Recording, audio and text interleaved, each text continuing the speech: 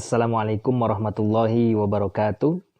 Alhamdulillahirabbil alamin wa bihi nasta'in wa ala umurid dunya waddin wassalatu wassalamu ala asyrafil anbiya'i wal mursalin sayyidina wa maulana Muhammad sallallahu alaihi wasallam. Amma ba'd. Insyaallah di kesempatan kali ini kita akan sedikit membahas tentang salah satu rukun iman yang harus kita imani sebagai muslim, yakni rukun iman yang ketiga, yaitu iman kepada kitab-kitab Allah.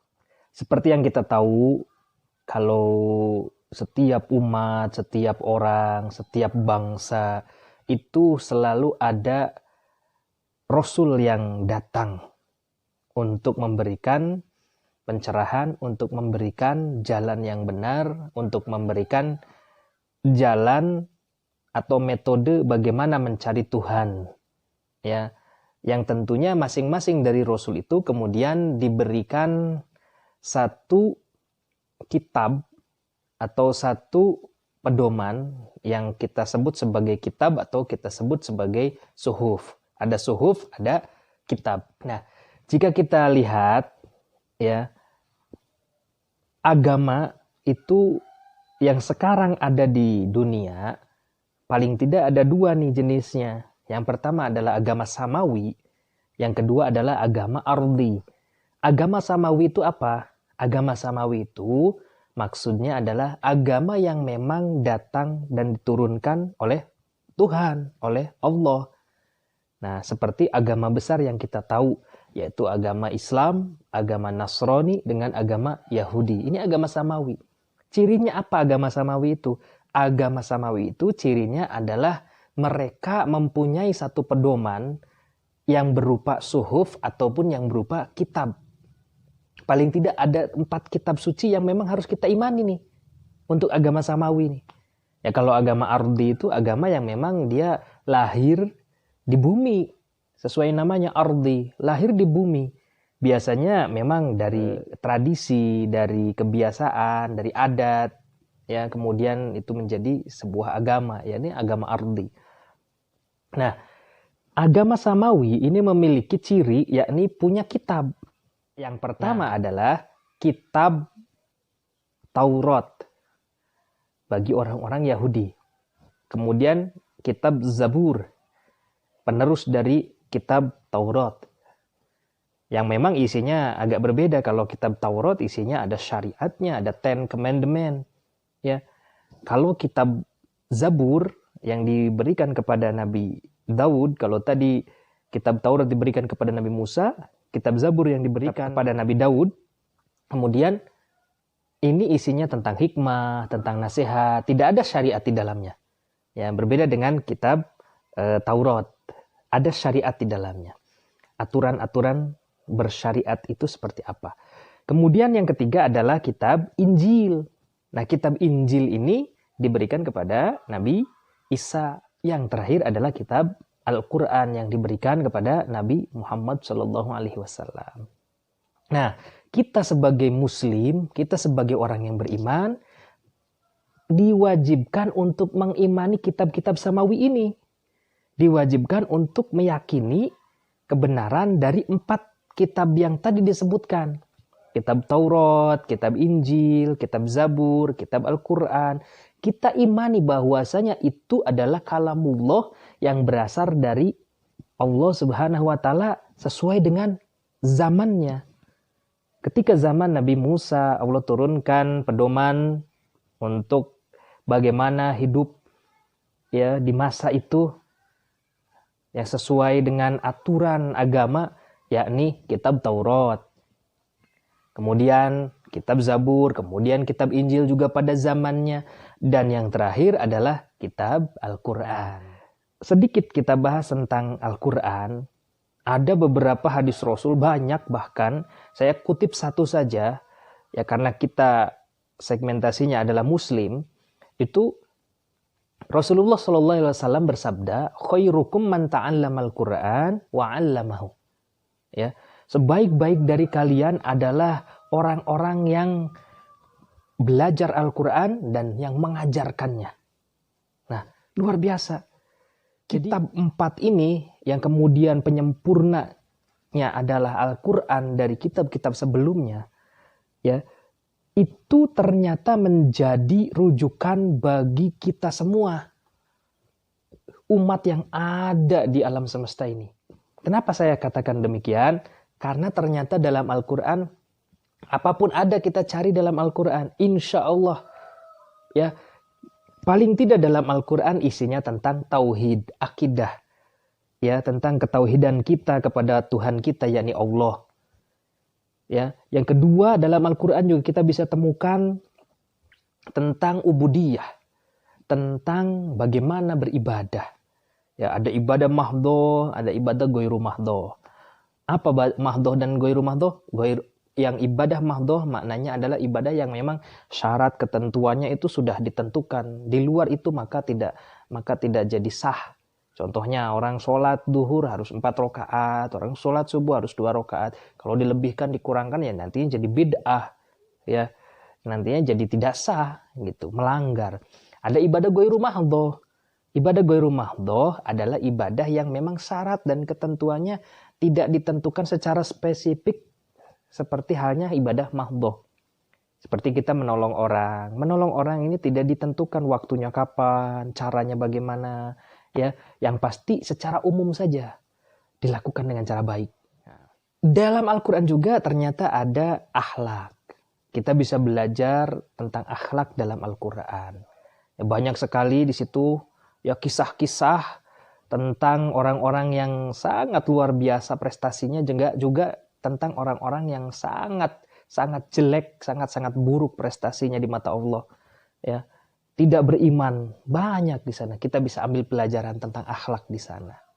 Bagaimana seorang Luqmanul Hakim yang statusnya bukan nabi, tapi berhasil mendidik anaknya menjadi orang yang tauhidnya luar biasa bagus, menjadi orang yang akhlaknya luar biasa bagus. Walaupun bukan nabi, ternyata oleh Al-Quran namanya simpan, namanya disematkan menjadi salah satu nama surat dalam Al-Quran. Dari 114 surat, salah satunya adalah nama Luqman, surat Luqman.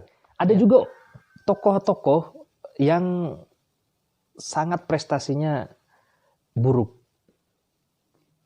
Fir'aun, Abu Lahab, banyak di sana yang bisa kita ambil pelajaran bahwasanya orang-orang yang berprestasinya semacam ini, prestasi hak buruknya semacam ini, maka tidak usah ditiru, tidak usah diikuti. Dalam Al-Quran juga ada selain kisah-kisah, selain akhlak, juga ternyata dalam Al-Quran ada pembahasan tentang ilmu pengetahuan. Jika kita lihat sekarang ada pengetahuan yang sangat banyak sekali ya tentang eksak, matematika, fisika, kimia, ya, biologi, ya, tentang sosial, antropologi, sosiologi, ada juga tentang perbumian, geologi, geografi, ya, perbintangan, astronomi, falakiyah dan seterusnya. Ya, juga ada juga tentang bagaimana berdagang, ekonomi, ya, bagaimana transaksi jual beli, bagaimana membahas tentang riba, bagaimana membahas tentang khiyar dan seterusnya. Artinya dalam Al-Quran di situ banyak sekali pengetahuan yang bisa kita ambil. Bahkan dalam surat At-Taubah surat ke-9 ayat 122. Wa makanal mu'minuna liyanfiru kaffah falawla nafaru min kulli firqatin minhum tha'ifah liyatafaqahu fid din. Ya, di situ dikatakan ya, jadi hendaknya tidak semua umat Islam ini terjun ke medan perang semuanya. Artinya perang fisik ya, untuk melawan orang-orang kafir Quraisy di masa itu. Tidak, jangan. Tapi ada sebagian dari mereka yang mestinya liyatafaqahu fid din, mempelajari ilmu-ilmu agama. Dari mana sumbernya ilmu agama itu? Jika kita sebagai muslim, maka sumber ilmu agama itu adalah Al-Quran dan hadis. Salah satunya Al-Quran, kita sebutkan. Memang ada gitu dalam Al-Quran ilmu yang kaitannya dengan eksak. Ada gitu yang kaitannya dengan ilmu geologi atau geografi. Ada. Idza zulzilatil ardu zilzalaha. Jelas. Ya. bumi di situ kenapa bisa berguncang? Kalau kita baca, kita telaah, ya. Kemudian juga ada teori yang ketika kita duduk di bangku SD, SMP sampai SMA itu kita sering dengar bahwasanya ada teori yang namanya teori Big Bang. Edwin Hubble ketika itu menemukan teori ini dengan cara melihat alam semesta keluar angkasa melalui teleskopnya. Ketika dilihat apa yang terjadi, ternyata dia mengambil kesimpulan setelah bertahun-tahun bahwasanya ternyata alam semesta ini awalnya adalah bersatu padu, artinya berdekat-dekatan. Kemudian ternyata makin bertambah usia ini alam, makin expand, makin mengembang, expanding. Ketika makin mengembang itu, kemudian dia sampaikan inilah yang disebut teori Big Bang. Karena pada dasarnya alam semesta ini awalnya adalah bersatu padu, kemudian berpecah-pecah. Ini dikatakan dalam Al-Quran sebelum Edwin Hubble menemukan teori itu. Di surat Al-Anbiya dikatakan, awalam yarol ladzina kafaru annas samawati wal ard kanata ratqan fafataknahuma. Apakah enggak ngelihat wahai orang-orang kafir bahwasanya dulu alam semesta ini, bumi, langit dan seisinya ini, ya, alam semesta ini dulunya itu bersatu padu. Fafataknahuma ratqan fafataknahuma. Awalnya satu padu, kemudian oleh Allah disebarluaskan, oleh Allah dilebarkan, diekspankan, dan terjadilah sekarang. Termasuk juga biologi. Adakah dalam Al-Quran? Ada. Jika kita mau melihat, ternyata dalam Al-Quran pun ada. Dari mulai proses pre-embriologi, ya, kemudian embriologi sampai menjadi makhluk lain yang kemudian yang disebut sebagai manusia, janin, ya, itu ada dalam surat Al-Mu'minun, ya. Jadi ternyata ini menjadi PR buat kita semua, ya. Kita nih, kalau kita memang benar-benar mengaku diri kita nih muslim, diri kita nih mukmin, ya, orang Islam, orang yang beriman, coba kita tanyakan kepada diri kita sendiri. Kalau memang kita ini orang yang beriman, yang salah satunya adalah iman kepada kitab-kitab Allah, kita sebagai muslim memegang aturan, memegang pedoman Al-Quran sebagai pedoman hidup kita di masa ini, apakah kita sudah sesuai dengan pedoman Al-Quran dalam kehidupan keseharian kita? Apakah kita paling tidak sering membaca Al-Quran di setiap harinya? Apakah kita sering membuka Al-Quran di setiap harinya? Di waktu-waktu kita ini, kalau yang usianya 20 tahun, apakah 20 tahun usia kita itu dipergunakan untuk lebih banyak membaca Quran? Berapa jam, berapa menit, ya, berapa porsi waktu yang kita sediakan, yang kita siapkan, yang kita khususkan untuk membuka Al-Quran? Ini apalagi di masa sekarang, ya, di masa sekarang luar biasa godaannya dari media sosial, ya, televisi dan seterusnya. Ini salah satu tantangan buat kita, ya. Apakah kita masih sering membaca Al-Quran setiap hari, sedangkan kita merasa kalau diri kita ini orang beriman, tapi kita malah tidak membaca sama sekali? Na'udzubillah, jangan sampai seperti itu.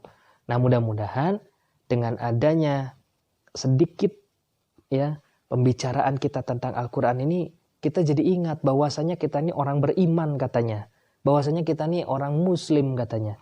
Orang Islam yang mengimani 6 rukun iman, yang salah satunya adalah kitab Allah. Yang salah satunya adalah Al-Quran. Maka ketika kita tahu, kita sadari, kita mengaku kita ini beriman, maka selayaknya kita tiap hari ini kalau bisa buka Al-Qurannya, baca. Ya, bagusnya sih dihafal, dipahami isinya, tapi minimal baca, ya, karena kita orang beriman.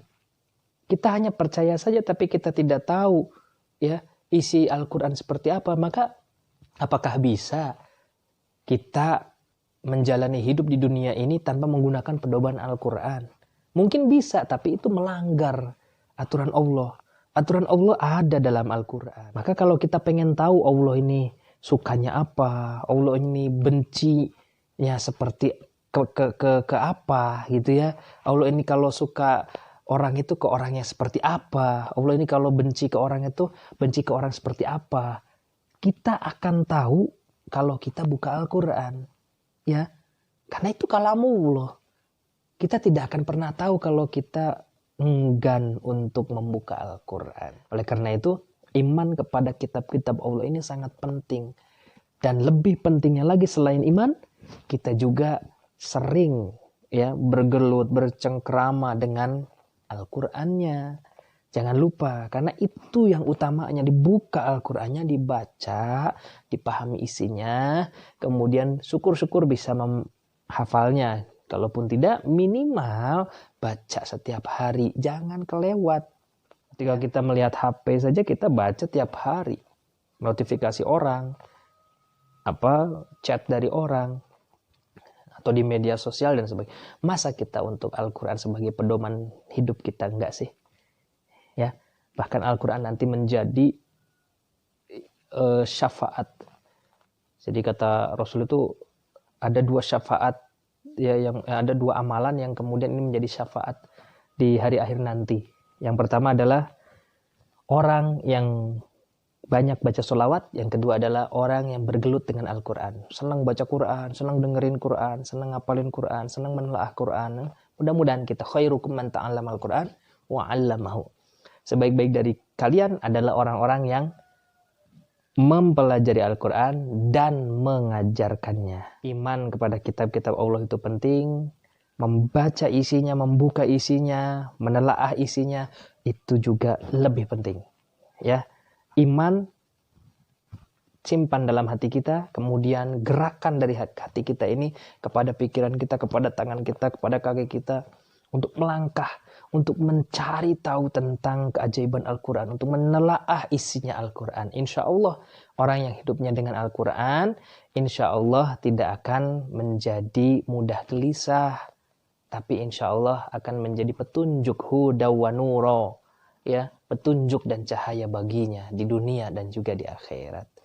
Mudah-mudahan ada manfaatnya. Mari sama-sama kita pelajari Quran, mari sama-sama kita imani Quran, mari sama-sama kita dekatkan diri kita kepada Quran yang mungkin sekarang sudah menjadi nomor 2, nomor 3 atau nomor sekian dibandingkan dengan telepon genggam kita. Allahul muwaffiq ila aqwamit thoriq. Assalamualaikum warahmatullahi wabarakatuh.